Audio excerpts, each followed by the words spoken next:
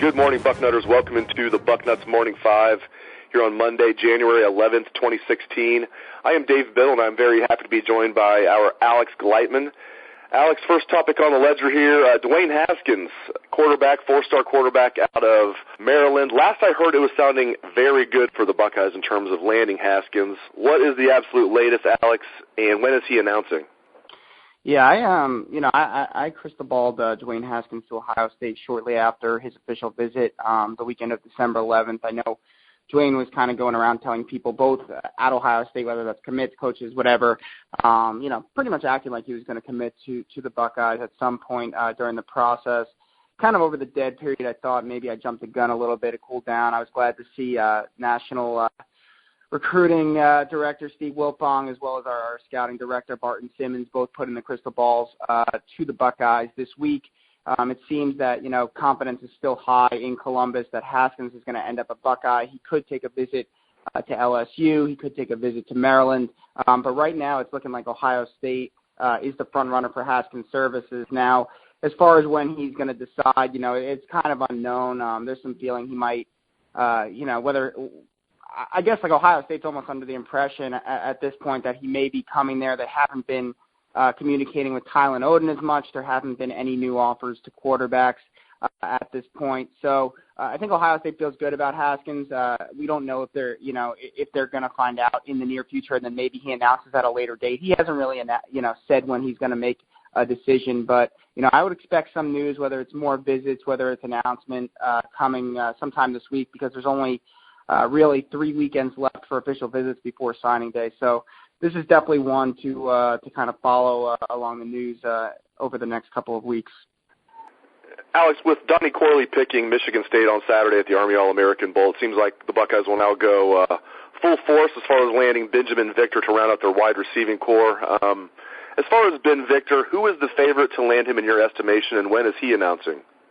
Yeah, I'd still put Ohio State as the favorite. I think over the summer when he, decided to delay, he was going to announce for Florida. He decided to delay his announcement, take another visit to Ohio State. And I think at that point, that's when Ohio State became the favorite. And really, he took his official visit to Ohio State already. That went very well. And I don't think anything from then till now has really changed that. Now, Victor has also taken an official visit to West Virginia. They're another school he mentions in the mix. The other two schools are Florida and Tennessee.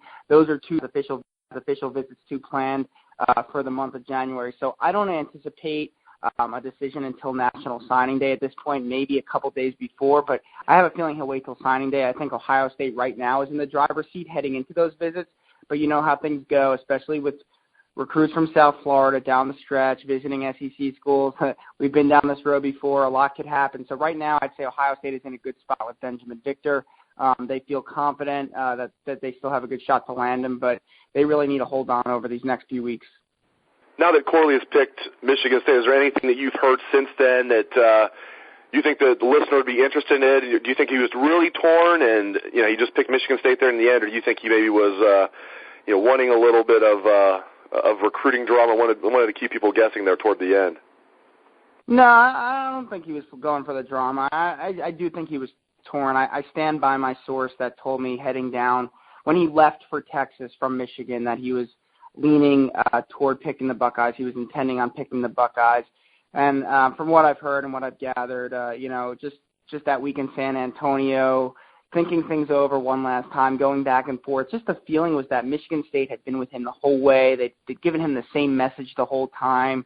He felt maybe their staff was just a little bit more genuine in their message, and it's just he just felt he couldn't say no to them in the end. And even Donnie admitted, in his interview at the Army game and afterwards that he almost wished he had a little bit more time, but as an early enrollee, he really he had to make a pick, and that pick was Michigan State. That's just where he felt the most comfortable. And a couple readers on the site, I I switched my crystal ball when my source told me that he was intending to be a Buckeye when he went down to San Antonio, and I never switched it back. But I probably should have, as what some more readers said on the front row. It's kind of like when a guy's going back and forth, and there's one school that's kind of been the leader for most of the time, and he has to make a quick decision like that. He's probably going to go to that school. I probably should have went with that thought process, because I think that's what happened with Donnie. It's just like, this is such a tough decision. I have to make it so quick. Michigan State's kind of been the school I've been the most comfortable with for the majority of this process, so I'm going to go with them. And I think that's really what just happened. Jordan Fuller's taking an official visit to Ohio State this coming weekend. Alex, what's the latest with Fuller? Who's he leaning toward in your estimation, and when is he announcing? Yeah, so Ohio State, I mean, they had a great visit with Jordan in the spring, and they kind of jumped out to the lead. And he was very impressed with what he had seen and heard from Ohio State when he made that visit. But he hasn't been back to campus since then. I think that was an April or May visit. Maybe it was June. But regardless, he hasn't been back to campus since. And I've always felt that Ohio State was obviously firmly in the mix for a reason, but that they kind of just faded a little bit from that lead. Notre Dame being the main school, I think, as the top competition, with Michigan kind of as the sleeper there as well. But I think, getting Jordan – so I'd still – my pick is still with Ohio State. I think getting Jordan Fuller back on campus this coming weekend, January 15th, for an official visit is going to be huge. I think a lot of those feelings he had are going to kind of be rekindled, and I think the Buckeyes are going to take a firm lead. Now, that said, he is scheduled for an official visit to Ann Arbor to check out the Wolverines the week after. Obviously, Ohio State would love for him just to end his recruitment after the Ohio State visit. Let's see if that happens. If it doesn't, I think I think Ohio State will go into the Michigan visit as the leader. I think you have to be a little bit concerned about that visit. Obviously, at this point in the process, he's not going to Ann Arbor in January for the fun of it. It's a business trip. So, I think Jordan, he's the type of kid who could decide at any time. I wouldn't be surprised if he goes to Ohio State, says this is the school for me, and makes his pick. Or, he goes to Ohio State, goes to Michigan, and then maybe takes a couple of weeks and decides closer to signing day. Malik Harrison, athlete, Columbus, Walnut Ridge. Alex, it sounds like a matter of when, not if, he will commit to Ohio State. Am I correct? Yeah, I think so. I think, he takes his official visit this weekend. I think he's in either during or shortly after that.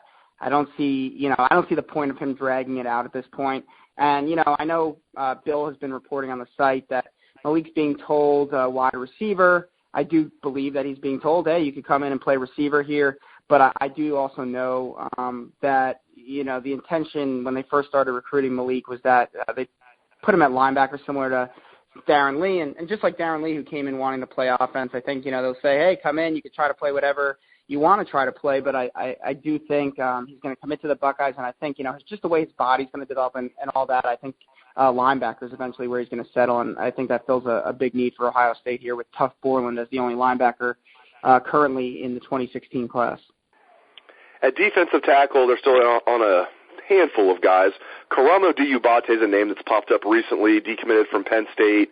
Bill Kurlick had a couple stories on the site last week about Karamo Diubate.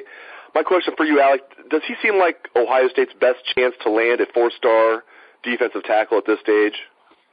Yeah, I don't want to get anyone's hopes down, and we'll see. But, from what I'm hearing right now, I'm not too keen on the chances of Ohio State landing Karamo. I think, both Auburn, where he took an official right before the dead period, as well as Michigan State might be in a little bit better position right now. But we'll see. I mean, Larry Johnson's working on getting an official visit from him one of these weekends. So if that happens, you get him on campus. Get him around LJ, who I know he has a good relationship with, get him around Urban Meyer, and they put a really strong push on him. It's certainly possible. So we'll see. I'm not too keen on the chances right now. I think, maybe a guy like Jamar King, the JUCO defensive tackle, or maybe even getting that last visit out of Chris Daniels the last weekend in January, maybe, they could force a decision there. And so, there's a couple guys in the mix. There's probably going to be a couple new names, but right now, with Diabate, I'm not too confident in Ohio State's chances to land him at this point. But we'll see how things develop, because it's a really fluid situation at this point. Buckeye basketball trounced 85-60 at Indiana yesterday. Thad Motto's crew falls to 11-6 on the season, 3-1 in Big Ten play. Freshman guard Jaquan Lyle was the silver lining for the Buckeyes, played very well, had a career-high 29 points. Rest of the team, not so much, didn't play too well, but I think this is an aberration. At least they played well in the second half after that abomination of a first half. Ohio State will be back in action on Wednesday when it hosts Rutgers. Rutgers is really bad. They're 6-11 overall and 0-4 in Big Ten play. So, again, Ohio State back in action on Wednesday, 6:30 p.m. at home against Rutgers on Big Ten Network. Alex, just your thoughts on the basketball team. I mean, is this obviously it sucks to get blown out at Indiana. They're kind of like Ohio State's main rival in basketball, in my opinion, just growing up in the Jimmy Jackson era and all that. But I'm still encouraged about this team. Your thoughts on the team overall and the loss yesterday at Indiana?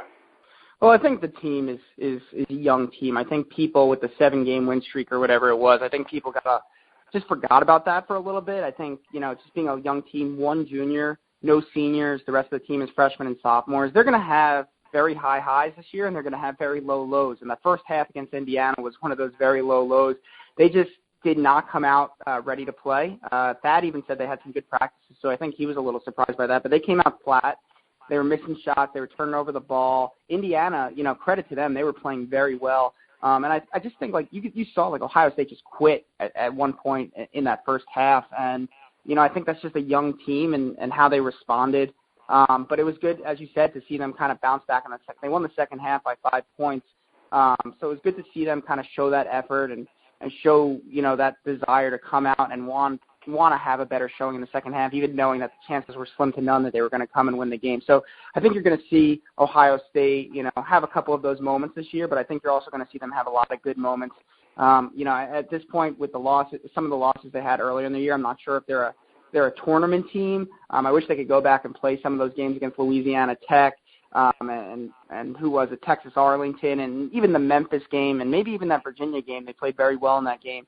And I wish they could play them now because I think the outcomes may be a little bit different, and you could be looking at a solid tournament team. They're going to have to do some damage in the Big Ten the rest of the way, or maybe win a game or two in the Big Ten tournament, I think, to make the big dance this year. But I think this is a team where you're going to look at them toward the end of the year and you're going to be like, this is going to be a really, really solid team next season. And possibly even, you might even be looking at a Final Four contender over the next couple of years, especially if they get a Kobe Simmons-type player to finish out this year's class. Real quick before I let you go, I'd be remiss if I didn't ask you, Alabama versus Clemson tonight, national championship game. Crimson Tide favored by 7 points over the Tigers. Give me a prediction. I think these are two good defenses. I think Clemson's definitely going to cover. I've been going back and forth. Could they actually win this game? They can win the game. I'm still not sold on Alabama's offense. Their defense, especially their front seven, is very good. So I think Deshaun Watson's going to have to play a near perfect game. I'm going to go with Alabama winning the game in a close one. I'll say 28-24 or 27-23, something like that, in favor of the Crimson Tide. But I think Clemson gives a great effort. My thoughts exactly. I think Alabama is going to cover, but I think Clemson is going to play well, and it will not surprise me if Clemson wins. But, if I have to pick a team to win, I'm picking Alabama to win. But if I was betting on this game, I would take Clemson, give me those 7 points. I think we're in for a good one tonight. Hopefully it's a lot of fun. It's been a lot of fun on today's show. Thank you to Alex Gleitman for his wisdom, and thank you to the listeners for tuning in. I appreciate it. Hope you guys and gals have a good day.